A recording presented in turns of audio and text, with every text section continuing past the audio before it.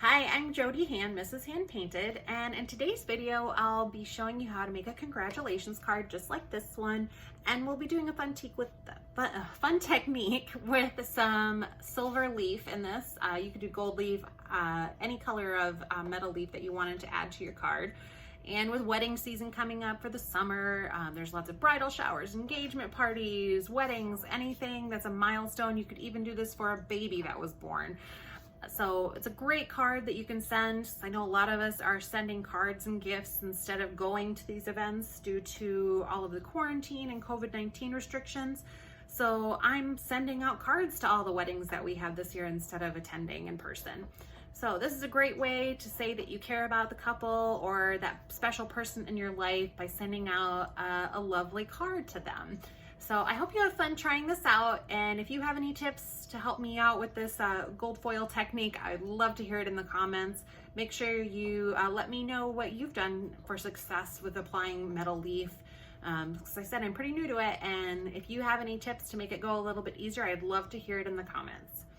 So have fun. I'm going to start out by just transferring over my congratulations that I printed off. I'm using the font called Brilliant that I've downloaded from a free font website, probably either DeFont or 1001 Free Fonts, I can't remember. You can find lots of different fonts. Just choose one that you like, or you can do your own lettering. I'm just going to trace this over with my light pad and a water-soluble pencil, and then I'll go back over it with watercolor after I do my flowers.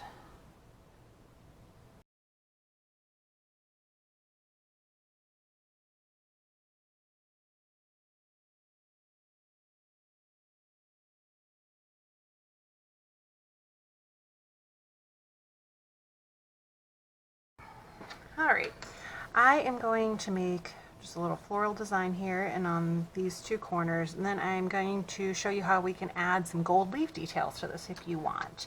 Or if you don't have any gold leaf, we can always just do some metallic gouache. That would work really well as an accent to this as well, or you could just omit this stuff completely after we do the flowers. So I am going to do just a little rose motif here. I am using some Princeton Neptune series brushes. This is a round 8 and I have a round 4. And I think I'm going to do pink and purple. We'll see what I end up here. Let's see, I have this color Bordeaux that I would like to use. It's a really pretty red violet. I'm just gonna dilute that down a little bit with some more water, and these are pretty thirsty brushes, so you might want to dab it on your paper towel or just kind of scrape off some of the extra water so you don't have a big puddle on your paper. And these are Strathmore 500, or Strathmore watercolor cards. I was using the 500 series earlier today, but this is the Strathmore watercolor cards. They're the alpha cellulose based, and they already have the fold in them. So I am just going to do a little rose here. So do my little overlapping C strokes. Just do some thin and change up the thickness.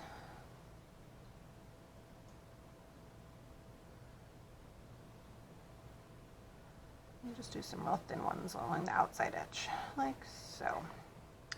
And I'll do another one on this side, but just a little bit smaller, I think.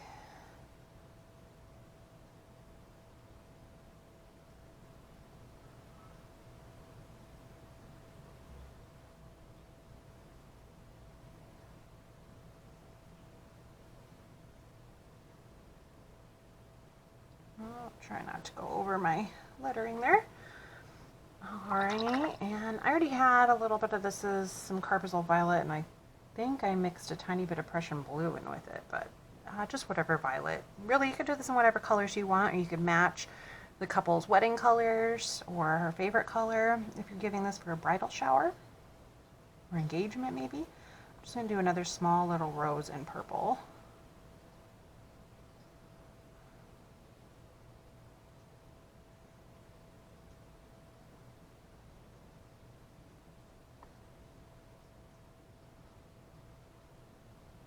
Okay, and let's see. I'll do some little bud flowers coming here. I don't want to get too much I'll keep the design fairly simple here. So I'll just do these little bud flowers in right now, and then I can connect them in with some greenery here in a minute. Do a couple coming down this way as well. So to make these little buds, I'm just making kind of a teardrop shape or an oval that's pointed, and then I'm just doing some little details off the side just with the tip of my brush for those little petals that would be coming up. So just make little, almost little blobs, but they're have a little bit more to them.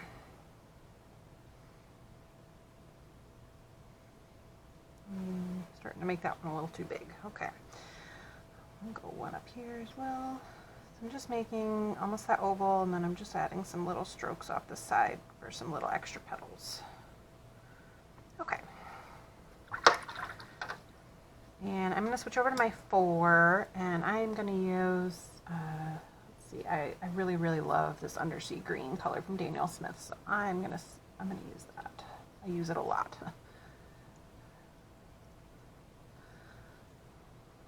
It's a really, really nice, almost olivey green, but it's a little darker, I think, and less on the yellow side than some other. Okay, so let's see. How about we do a leaf for the rose coming out from here. Maybe a smaller one. And then I'll do little leaf designs here. Just give those some thin little leaves.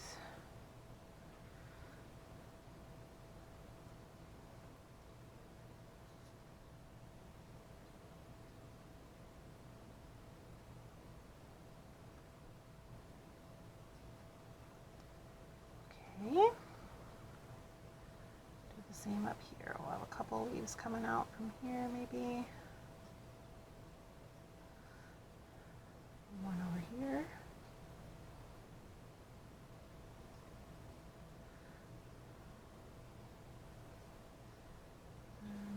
Oh, I guess I should have maybe had those thinner leaves right there. Whoops. Okay. All right, so that's all I wanted to do as far as flowers go. I'm going to switch over. I have a size 1 brush that I like to do my lettering with. This is the Princeton Velvet Touch series. And I think I'm going to stick with that Bordeaux color maybe. That would be really pretty for the lettering. I'm just going to make that a little more concentrated though, so it's not so diluted. And if your pencil line got a little dark and you're worried about whatever color you've chosen, if you're not doing a darker color, you can always just kind of erase some of that down a little bit. I have a kneaded eraser here, and I can just kind of tap down on it and pick up some of that graphite so that it's not so dark, but it's still enough that I can see it to do my lettering.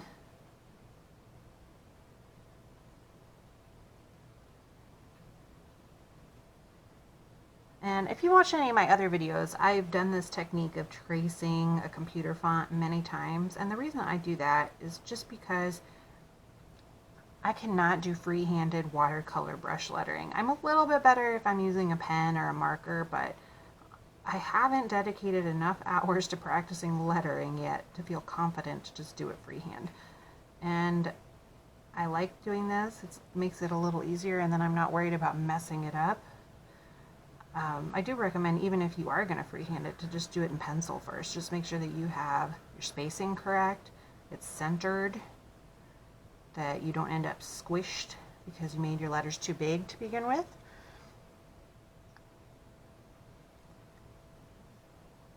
This way I measure out what space I have for my card. I knew I had a 5x7 card, so I went in my computer. When I printed it off, I wanted to make sure it was about 5 to 5.5 inches across so that I would have space on the sides and it wouldn't run off my paper. I made sure that I picked a font that wasn't too dainty, that I wouldn't be able to go over it. So this is getting on the smaller side here, and if it was much smaller I would have a hard time getting some of these little strokes in this cursive font. So if you're going to do it smaller, oftentimes the lettering would be easier to do in something that's a little easier to read. That's not as swirly, as if that's my fancy terminology for fonts.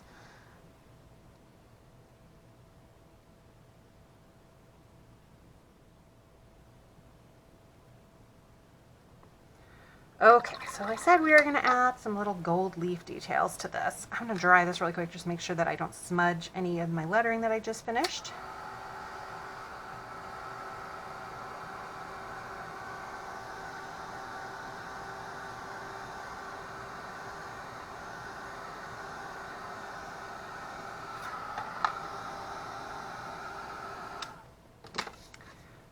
Okay, so I have recently just learned how to do this, so it's fairly new to me too. I just got this pen in the mail today, so I'm anxious to try this out. And this is metal leaf adhesive size. Speedball Products makes it, and I didn't splurge on real gold leaf. This is all imitation. I found this on Amazon. It's a pack, and it had 100 sheets of gold, silver, and rose gold, so that gave me a wide variety and a lot of sheets to mess with, especially as I'm learning how to do this. I'll put a link to what I bought. I'm not sure if it's still available, but I'll put a link to the products I'm using in my video description. So I think I am going to do the silver. I think that would look really nice with this. And I want to get some nice straight lines. So I'm going to use some washi tape to kind of just mark off and maybe mask off where I want my little framed out piece to be. So I'm going to do kind of like a little quirky geometric design. So I'm just going to tape across here.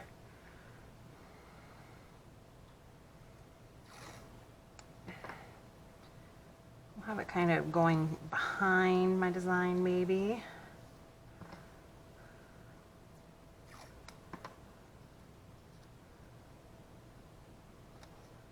Have it come out from behind there. That would be fun.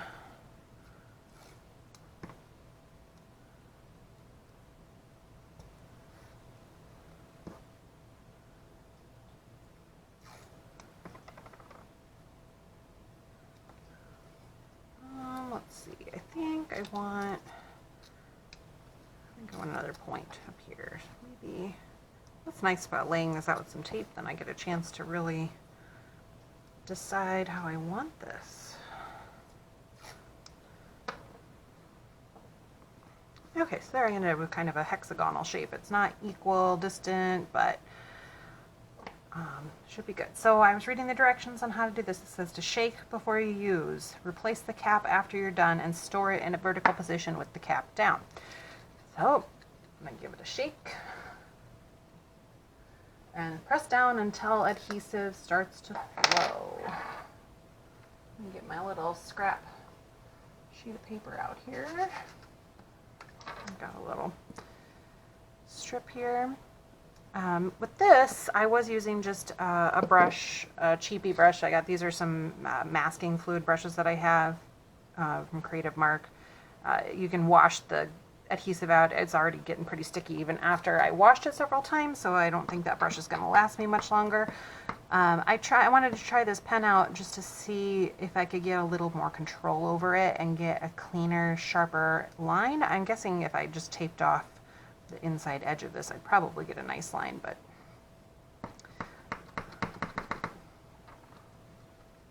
I shook it on myself. Okay. All right, it is starting to flow. Okay, so I don't want to go over top of my flowers. I'm going to go right up to the edge. I use my tape as a guide.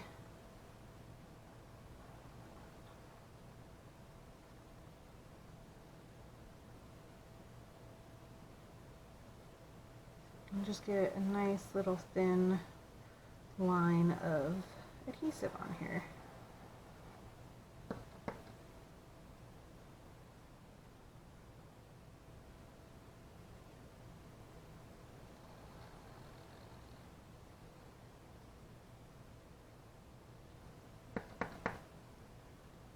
You notice you need to keep tapping it every so often here, and then there's little chunks of it that are already drying.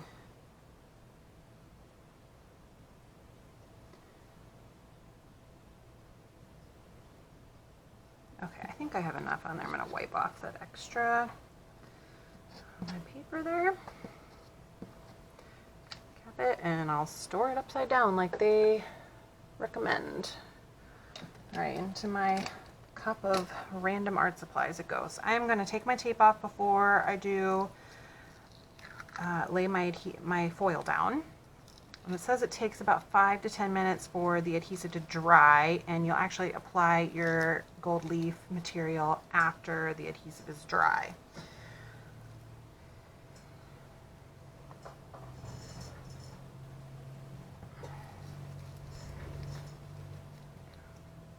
So we'll just kind of take a look at it, and you can kind of see it's still a little wet in that one spot. You can see the shine to it.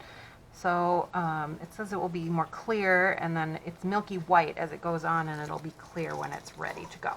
So I'll just do a little quick magic of television here, time swap for you. All right, when working with this foil, you'll notice one side seems to be a little shinier than the other. Maybe. It's very, that's just my breath blowing it up. So don't want to have a fan going in your room while you're doing this. It's very fine. So I'm just going to put it down on there. It's sticking to my hand. It shreds apart without even barely touching it.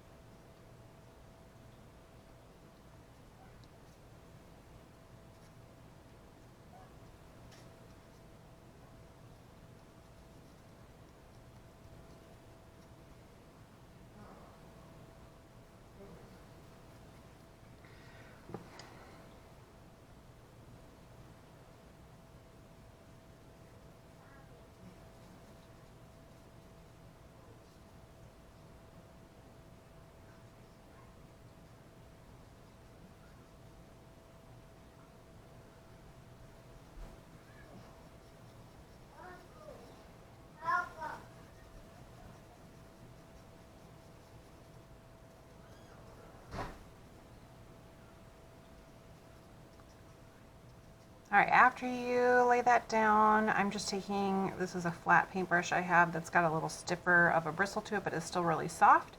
And I'm just brushing away the excess. Every time I breathe, it just starts flying around. I just feel like I have to hold my breath just to do this so it doesn't fly everywhere. All right, I smudged the adhesive a little bit there. This is just something that takes some practice, and if I was doing this on something I was selling, I would probably redo the entire thing from that little bit, because once this is down, you cannot get it back up. And I'm just kind of using the brush to just move that around. If you didn't get some stuck in a certain spot, you can just kind of press it down in that spot again. You may need to add a little more adhesive in a few areas if you missed little bits, but you can go back over it. If you see here, it's not really sticking very good. I'll just stick it back down, and it seems to be going.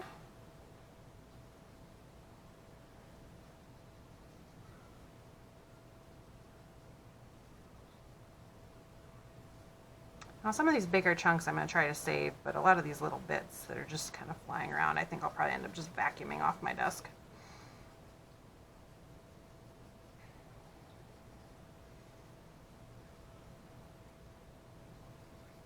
It is not worth the hassle to try to save that in little tiny jars and forget about it. These little specks I'll never be able to reuse.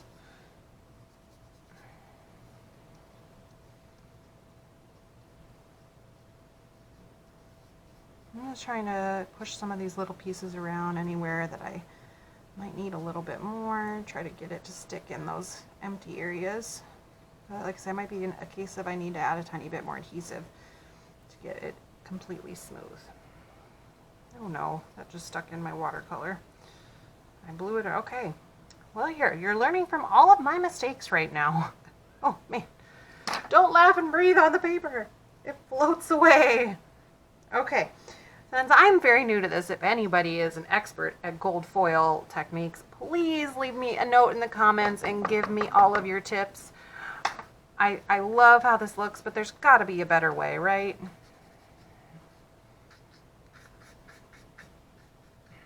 There is my finished card. This is going to go perfect with the bridal shower gift that I'm giving to my husband's cousin this weekend. She's getting married in September, or August, and she's really going to love it, I hope. So share your cards with me. I'll be trying to work on maybe some more little wedding styles, because I have several weddings to attend this summer, or we're going to probably send gifts along since of COVID-19 and won't be in attendance. And I'm going to clean up all of this silver leaf. So have a good day, guys.